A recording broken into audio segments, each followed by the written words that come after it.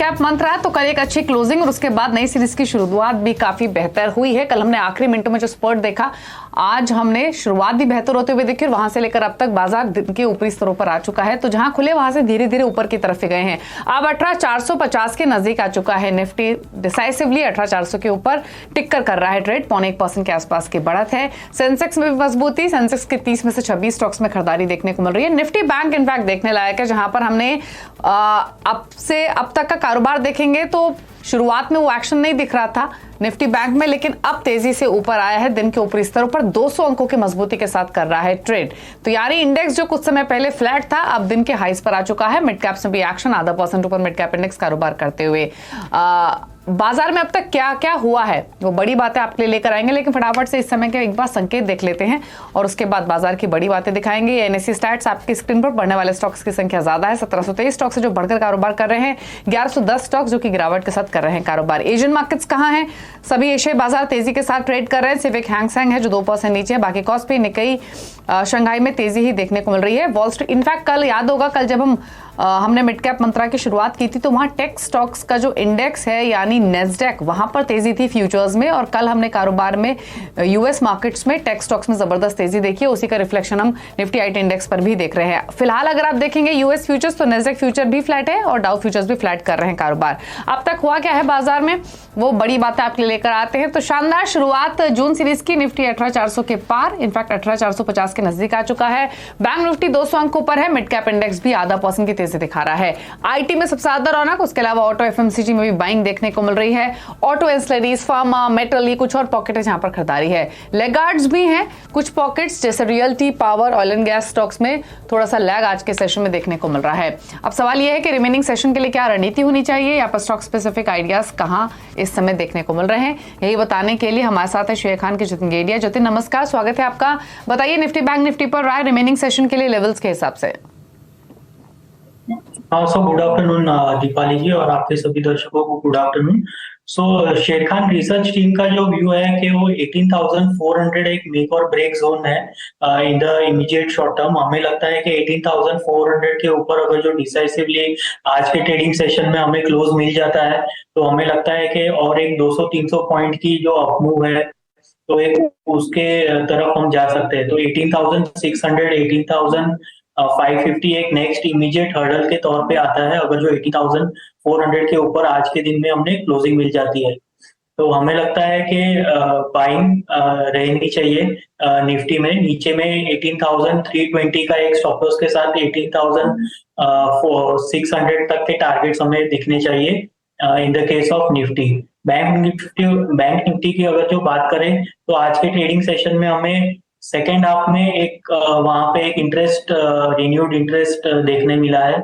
अभी तक first half में आईटी इंडेक्स और आईटी स्टॉक्स वहां पे कंट्रीब्यूट कर रहे थे, लेकिन हम लोग ने देखा है कि अभी बैंकिंग सेक्टर के जो स्टॉक्स है तो उन्होंने भी एक अपमूव की तरफ शुरू कर दिया है। तो हमें लगता है कि आज के ट्रेडिंग सेशन में हमें एक ऑलराउंड परफॉर्मेंस देखना चाहिए और ऊपर में निफ्टी बैंक निफ्टी दोनों में एक तेजी का माहौल रहना चाहिए। तो तेजी के ट्रेड्स देखने को मिलेंगे निफ्टी बैंक निफ्टी में, यहां से मजबूती और एक्सटेंड होगी, इसलिए बाय करने की ही सजेशन है दोनों ही इंडेक्स पर। स्टॉक्स कौन से निकाले हैं आपने जतिन? स्टॉक स्पेसिफिक अगर जो बात करें तो पहला जो हमारा स्टॉक है वो एफएमसीजी पैक में से है, डाबर है। तो डाबर हमें लगता है कि एक बहुत ही ओवरसोल्ड है डेली चार्ट्स के ऊपर। हमें लगता है कि एक higher top higher bottom formation बनाना शुरू कर दिया है, तो इसके लिए डाबर एक बाइंग कर सकते हैं। ऊपर में हमें लगता है कि 560 तक के जगह है और नीचे में हमें 525 का एक स्टॉप लॉस के साथ इसमें कामकाज करना चाहिए। और जो सेकंड पिक है हमारी वो मिड कैप स्पेस में से जो आईटी सेक्टर में से वो सोनाटा सॉफ्टवेयर है। तो सोनाटा सॉफ्टवेयर ने एक डेली चार्ट्स के ऊपर एक ट्रायंगल पैटर्न बनाया है। हमें लगता है कि आज के ट्रेडिंग सेशन में ऊपर की तरफ ब्रेकआउट देना चाहिए। तो हमें लगता है कि सोनाटा सॉफ्टवेयर में बाइंग करके चलना चाहिए। ऊपर में 985 और 1000 के टारगेट्स हमें दिखने चाहिए और नीचे में हमें 930 का स्टॉप लॉस के साथ इसमें कामकाज करना चाहिए। तो डाबर और सोनाटा सॉफ्टवेयर दो ट्रेड्स हैं खरीदारी के लिए, जहां पर आप खरीदारी कर सकते हैं। 560 के टारगेट डाबर में, 520 का एक स्टॉप लॉस। अब लेकर आते हैं मिड कैप का इंडेक्स और फटाफट से वो पॉकेट जहां पर खरीदारी देख रहे हैं हम आज के सेशन में। मिड कैप का इंडेक्स तो आधा % ऊपर है ही, डेज हाई के आसपास ही कारोबार कर रहा है।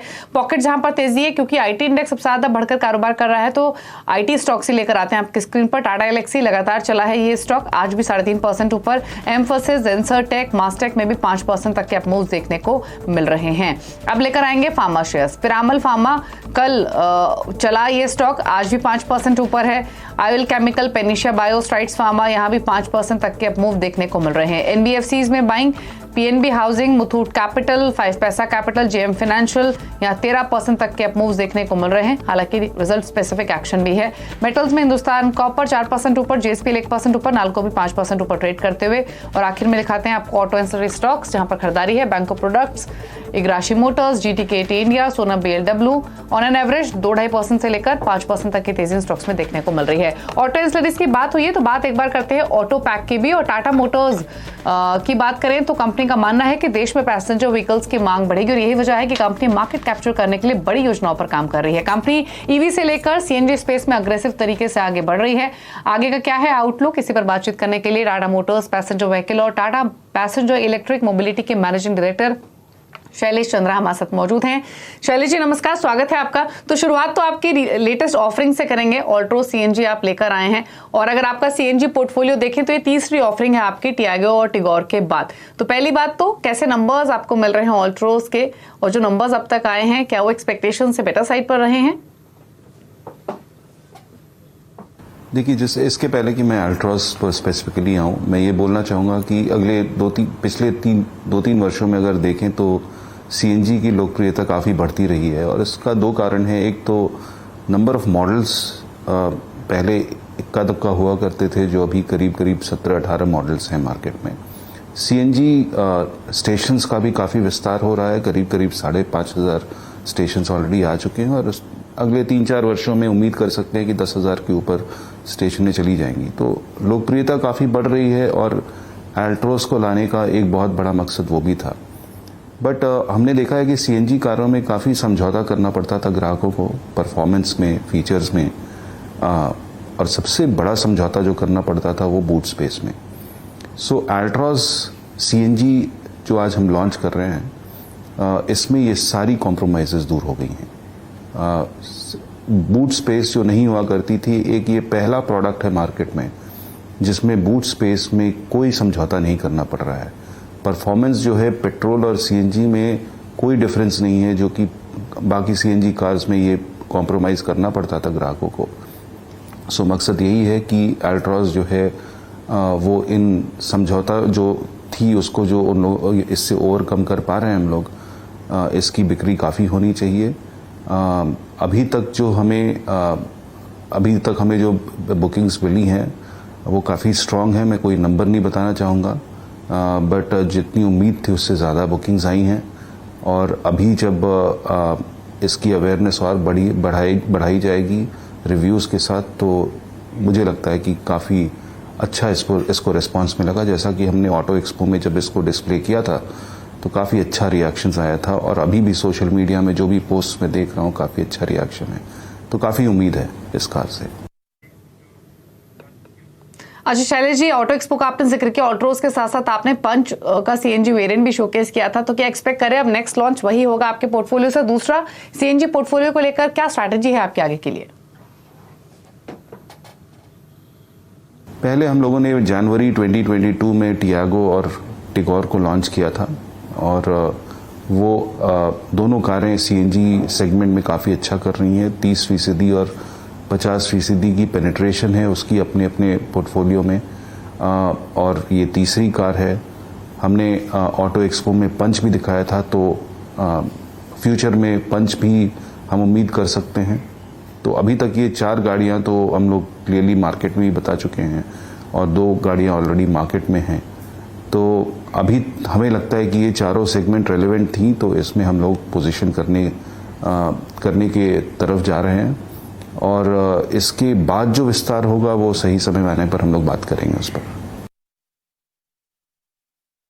चलिए, तो सही समय का हम भी इंतजार करेंगे जब आप अपने और सीएनजी प्लान्स शेयर करेंगे। लेकिन अगर हम टाटा मोटर्स के एसयूवी पोर्टफोलियो की बात करें तो काफ़ी वेराइड प्रोडक्ट्स आपके पास है। स्मॉलर एसयूवी के तौर पे टाटा पंच है, बड़ी एसयूवी के तौर पे टाटा सफारी है, नेक्सॉन आपका one of the most loved product है कंज्यूमर्स के बीच में। लेकिन क्योंकि ये एसयूवी सेगमेंट ऐसा सेगमेंट है जो पिछले 3-4 सालों में स्पेशली काफी इंटेंस हो गया है, कंपटीशन काफी बढ़ गया है, कॉम्पिटिटर्स काफी अग्रेसिव स्ट्रैटेजीज बना रहे हैं। आपके प्लान्स क्या हैं? पुराने प्लेयर हैं लेकिन अपनी प्रेजेंस को और एनहांस करने के लिए, मजबूत करने के लिए क्या स्ट्रैटेजी है एसयूवी पोर्टफोलियो को लेकर? कुछ और नए एडिशंस करेंगे, कुछ और इन्वेस्टमेंट्स प्लान कर रहे हैं?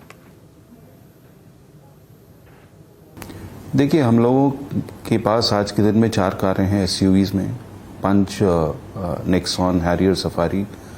और आने वाले वर्षों में हम लोगों ने ऑटो एक्सपो में भी दिखाया कि कर्व और सियरा 2 एडिशंस होने वाली हैं जो कि EV as well as ICE car दोनों वर्जन्स में आएंगी। तो ये तो क्लियरली 6 कारों का पोर्टफोलियो आज से 2-3 वर्षों में ये 6 का पोर्टफोलियो रेडी हो जाएगा। और वो सेगमेंट्स में जहाँ पर की डिमांड काफ़ी तेज़ी से ग्रो कर रही है, तो हमारा भी एसयूवी सेगमेंट का विस्तार और बढ़ेगा। और ये 4 प्रोडक्ट्स जो हैं अभी जो हैं करेंटली मार्केट में, वो काफ़ी स्ट्रांग हैं और अच्छा कर रही हैं।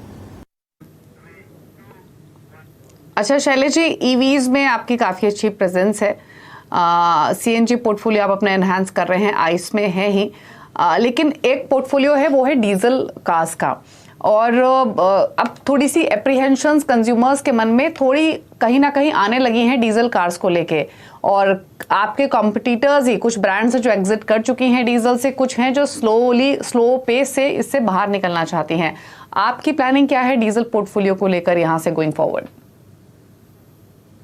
देखिए, डीजल कार अगर आप ग्राहकों के प्रेफरेंस को नज़दीकी से देखें तो एक तो ज़रूर है कि फ्यूल एफिशिएंट ऑपरेटिंग कॉस्ट जो कम होती है वो एक रीज़न है।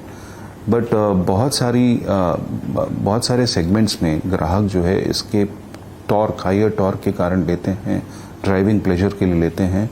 और एसयूवीज़ में वो काफ़ी उस तरह के ग्राहक दिखते हैं हमें। तो हायर एसयूवी सेगमेंट में अगर आप जाएं तो डीजल काफ़ी पॉपुलर अभी भी पावर ट्रेन है। तो ये लोअर सेगमेंट्स में जब आप आते हैं तो लोग फ्यूल एफिशिएंसी और लोअर कॉस्ट की तरफ ज़्यादा उनका रुझान होता है। तो लोअर सेगमेंट्स में ये ज़रूर सही है कि हर एमिशन नॉर्म के बाद एक सेगमेंट जो है वो डीजल की वायबिलिटी उसमें नहीं रहती है। शुरू में हमने हैचेस में देखा, फिर हमने देखा सेडान्स में भी देखा कि इसकी वायबिलिटी कम हो गई है। तो उन सेगमेंट्स में जहां भी डीजल एग्जिट हुआ है हैचेस, सेडान में, वहां सीएनजी ने उसको रिप्लेस किया है as low running cost option. तो सीएनजी उन सेगमेंट्स में फिल कर रही है जहां डीजल एग्जिट कर चुका है। बट डीजल की डिमांड जो है अभी भी ज़्यादा है। बट हाँ, आने वाले वर्षों में जैसे जैसे एमिशन नॉर्म्स और स्ट्रिंजेंट होती जाएंगी, डीजल की पॉपुलैरिटी जो है वो थोड़ी कम होगी। लेकिन आज के दिन में अगर आप देखें तो एसयूवीज में एक क्रेडिबल ऑप्शन डीजल के अलावे इलेक्ट्रिक ही मुझे लगता है जो उसको थोड़ा बहुत रिप्लेस कर सकती है।